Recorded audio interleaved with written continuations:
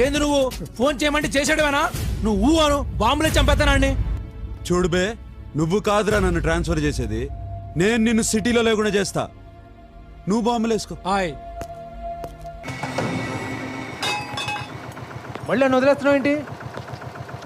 వాడిని ఫ్రీగా వదిలేస్తే ఖచ్చితంగా కైలాష్ గారిని పట్టుకుంటా. నాకు నీ మీద కంటే వాడి మీదే నమ్మకం ఎక్కువ. నువ్వేం చేస్తావు? బుల్లెట్స్ అంటే ఇట్టా ఇట్టా ఇట్టా. ఏంటి నవ్వుతున్నావు? అది ఆటోబద్ గారు.